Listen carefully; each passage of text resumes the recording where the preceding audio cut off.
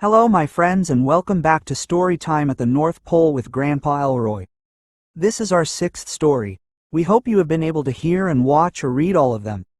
Today we are telling the puppet gift. My birthday is in 2 weeks and I'm going to turn 3, and my parents asked what I wanted for my birthday today and I said a puppet. I had secretly wanted a puppet since last month when my parents took me to my first live puppet show. But my parents thought I was too little to work a puppet, so they said how about a nice doll instead. As I walked away back to my room, I knew I had to show them that I could work a puppet. I took one of the many dolls I already had and tied some yarn to the hands and feet of the doll.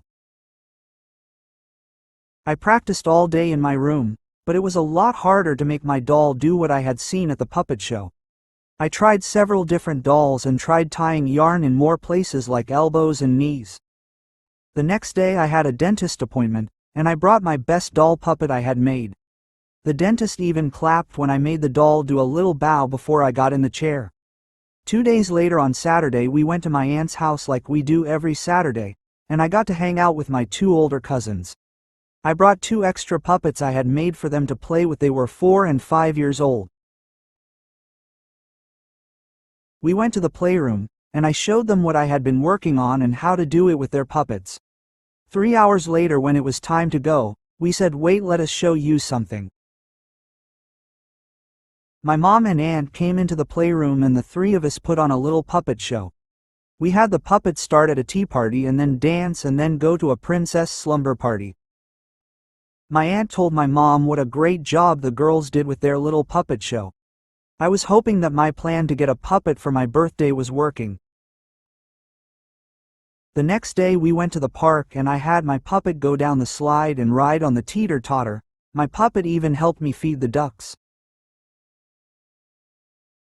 Our park has a sand pit to play in and I built a castle for my puppet to put on a little show before we left, and one of the other kids helped. He had brought an army man who saved the princess from the evil castle. Several of the other parents at the park were watching and said what a cute show they had put on. On Tuesday we went to my grandparents' house, and as soon as we got there I grabbed my best friend, my grandpa. We went to work on a grand puppet show that we put on for my parents and grandma. When we were done, grandma said she was born to be a puppeteer. At this they all had a good laugh and had to agree that she was very good. That next weekend was her birthday. She tried to have fun with her friends but she kept staring at her presents. Finally it was time to open her presents, but when she was done there was no puppet. But then grandpa said, "Hey best friend," and there he stood with 2 puppets.